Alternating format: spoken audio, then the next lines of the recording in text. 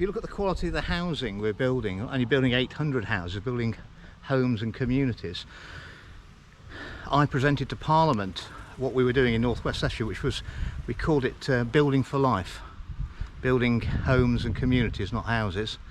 And that's what's become, 10 years later, the government have adopted it as the Building Beautiful policy. But we've been doing it in North West Leicestershire for well over a decade. And these houses, even though they look old, they're modern? Yes.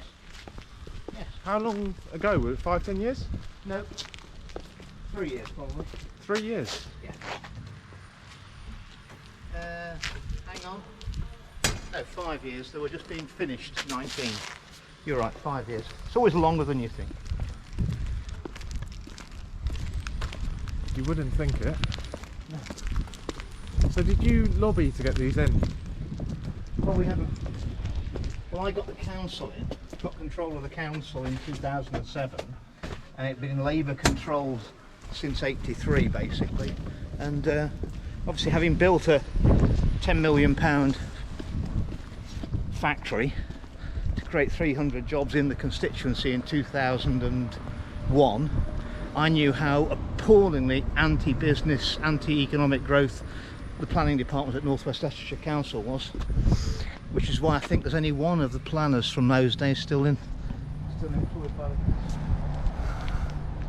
because they were a major impediment to economic growth across England. But they were serving, they've been serving their Labour masters, haven't they? Who didn't want any business or economic growth. Do you think they make houses ugly on purpose? And all buildings, really? Well, to make them better designed, it costs very little more. But I mean, housing's a long-term asset. It's not even just an asset for the current owners or residents. It's an asset for future generations, isn't it? You've got them forever, so why not build aesthetically pleasing, well-insulated houses that people can be proud of? And I'm very proud of the houses we've built. I'm sure these owners and residents are very proud to live here. That's good. That's where we get community pride from.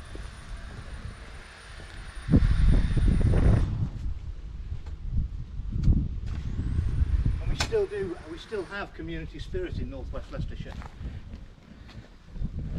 And how much would it add on to the price then, to make them slightly nicer quality and slightly nicer decor?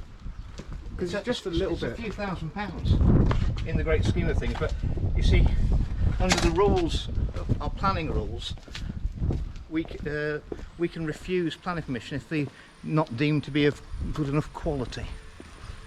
So that's what you started doing? And in Colville, some of the developers, before they realised we really meant it, they said, well, it's only Colville, it's the most deprived town in Leicestershire. Exactly. Better housing. And now it's transformed the whole place. And now what you do, you see, you get into an arms race between the developers. They have to keep upping their designs, upping the specs, making them better, and we get into an arms race because every development's got to be better designed than the last one. You see, a race to the top, not the bottom. And it draws people in to the area. Well, that's why my constituency keeps getting smaller. Because so many. Shall I put it in here? It's because so many people want to move in. So, yeah. So you're getting. And also we've got the jobs because we're pro-business. So tell me about you being pro-business around there. Or do you want to say hello? Afternoon. Well, I was the chairman of the Institute of Directors for the East Midlands back in the late 90s. And I served on the East Midlands Regional Assembly before we abolished it. And obviously economic growth. I formed the East Midlands Business Alliance, which was with the CBI and FSB. Federation of British Industry. Small industry and Confederation of British Industry and the Institute of Directors, so that we spoke as one lobbying voice to government and local government. You see, everything really good in the world comes from someone making a profit, paying some tax, employing people, and without that we can't run anything, can we? That's where all the money comes from. And how are the small businesses being shafted? How are they? Yeah. Well, the lockdowns were devastating, but we are offering business relief on small businesses, so they don't pay business rates. My business was not a small business, so AB Produce are paying £3,000 a week of business rates.